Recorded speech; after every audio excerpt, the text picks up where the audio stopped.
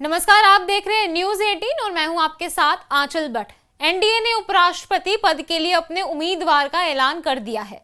इस बार ये सम्मान मिला है महाराष्ट्र के राज्यपाल और भारतीय जनता पार्टी के अनुभवी नेता चंद्रपुरम पुन्नस्वामी राधाकृष्णन को, जिन्हें सीपी राधाकृष्णन से भी जाना जाता है। तमिलनाडु की राजनीति से निकलकर राष्ट्र पटल पर छाने वाले राधाकृष्ण का जीवन सफर 4 दशकों से भी अधिक लंबा और संघर्षपूर्ण रहा है।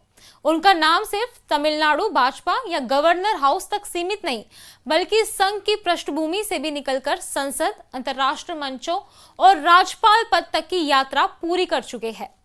सीपी राधाकृष्णन का जन्म 20 अक्टूबर 1947 को तमिलनाडु के तिरुपुर में हुआ था।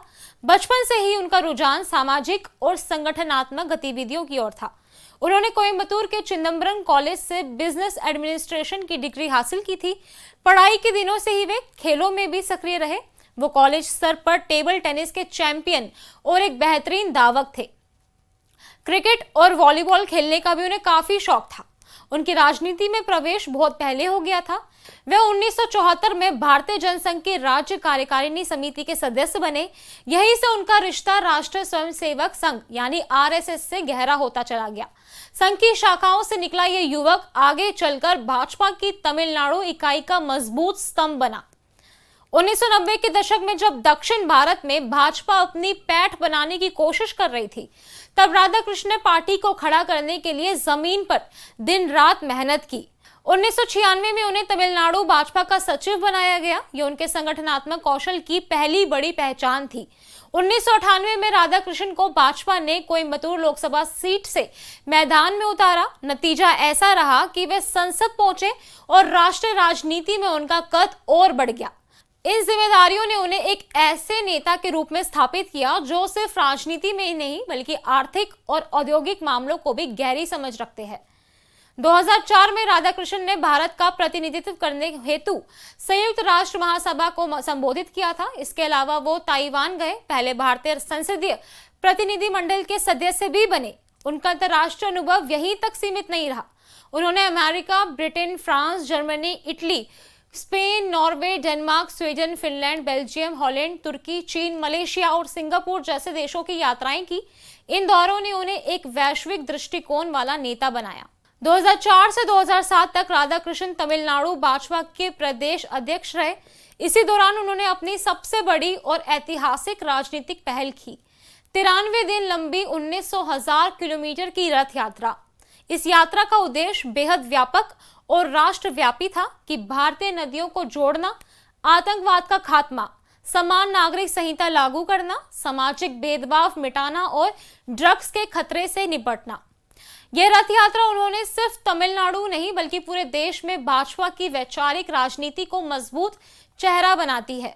2016 में राधाकृष्णन को कोच्चि के कायर बोर्ड का अध्यक्ष नियुक्ति किया गया। 4 सालों तक इस पद पर रहते हुए उन्होंने कोयर उद्योग को नई ऊंचाइयों पर पहुंचाया।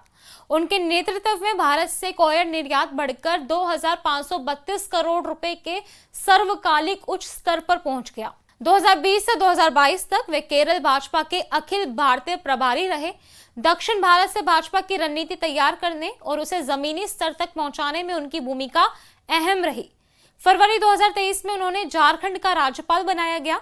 कार्यभार संभालते ही उन्होंने अपने काम करने का अंदाजा दिखा दिया। पहले 4 महीनों में उन्होंने झारखंड के सभी 24 जिलों का दौरा किया, आम नागरिकों से सीधा संवाद और जिला प्रशासन को सक्रियता के साथ काम करने की प्रेरणा दी। इसके बाद उन्होंने तेलंगाना और पुडुचेरी के उपराज्यपाल की अतिरिक्त जिम्मेदारी भी दी गई। जुलाई 2024 में वो महाराष्ट्र के राज्यपाल बने और वर्तमान में भी इस पद पर कार्यरत है। राधाकृष्णन का व्यक्तित्व सिर्फ राजनीतिक तक सीमित नहीं, वो कॉलेज जीवन में टेबल टेनिस चैंपियन और लंबी दूरी के धावक रहे थे। खेलों से मिले अनुशासन और ऊर्जा उनकी राजनीतिक शैली में भी दिखती है। उनका खेल प्रेम क्रिकेट और वॉलीबॉल तक फैला हुआ है। उपराष्ट्रपति पद के लिए सीपी राधाकृष्णन का नाम घोषित करना भाजपा और एनडीए की रणनीति का हिस्सा है। दक्षिण भारत, विशेषकर तमिलनाडु में भाजपा लंबे समय से अपनी पकड़ मजबूत करना चाह रही थी। राधाकृष्णन का नाम इस दिशा में बड़ा संदेश है। वह एक अनुभवी और स्वच्छ छवि वाले नेता है जिनका 4 दशक का सार्वजनिक जीवन किसी बड़े विवाद से अछूता रहा है। राज्यपाल और संसद के रूप में उनके अनुभव से वे इस पद के लिए पूरी तरह उपयुक्त माने जा रहे हैं। सीपी राधाकृष्णन का जीवन और राजनीति एक मिसाल है कि वो कैसे एक स्वयं सेवक से लेकर संगठन के नेता, सांसद, अंतर्राष्ट्रीय प्रतिनिधि और राज्यपाल बनने तक का सफर तय किया जा सकता है। अब जब वो उपराष्ट्रपति पद के उम्मीदवार बनाए गए हैं तो ये उनके लंबे सार्वजनिक जीवन और राष्ट्र सेवा के प्रति समर्पण का सम्मान भी है। एनडीए का ये फैसला न सिर्फ एक नए राजनीतिक संतुलन की ओर इशारा करता है, बल्कि ये भी बताता है कि भाजपा अब दक्षिण भारत में अपनी जड़ें और गहरी करने के लिए अनुभवी और जमीनी नेताओं पर भरोसा कर रही है। आने वाले दिनों में ये चुनाव केवल उपराष्ट्रपति चुनने तक सीमित नहीं रहेगा, बल्कि ये भाजपा की भविष्य की रणनीति का भी हिस्सा साबित होगा। कैंडिडेट है, बड़े और एल्यूमिनरी हैं और जीनियस शख्सियत है और सबको सपोर्ट करनी चाहिए। देश के वाइस प्रेसिडेंट हैं, देश की दूसरी सबसे बड़ी कॉन्स्टिट्यूशनल पोस्ट होती है और लोकसभा के राज्यसभा के चेयरमैन होते हैं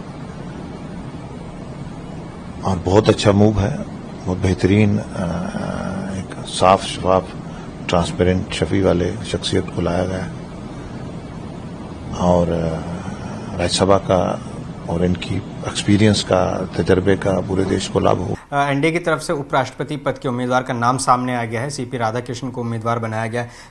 जेपी नड्डा कह रहे हैं कि हम विपक्ष से भी बात करेंगे कि उनका भी समर्थन मिले, तो क्या विपक्ष अपना उम्मीदवार देगा या फिर समर्थन करेगा? ये निर्णय पार्टी का है। देखिए, इसमें हम ना उस सिस्टम में हूँ, मुझे नहीं पता, मैं पार्टी से बंधा हुआ हूँ, जैसा पार्टी का निर्णय होगा वो होगा।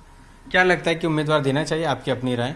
नहीं, हमें उम्मीदवार लड़ाना चाहिए, मेरी अपनी व्यक्तिगत राय, लड़ाना चाहिए। अच्छा, बाकी तो पार्टी का निर्णय, जो पार्टी करे। तो देखिए, इमरान मसूद जो कि चुनाव आयोग और उपराष्ट्रपति पद के उम्मीदवार पर अपनी बात रख रहे थे। कैमरा पर्सन करम सिंह के साथ जावेद मंसूरी, न्यूज़ 18 इंडिया, दिल्ली।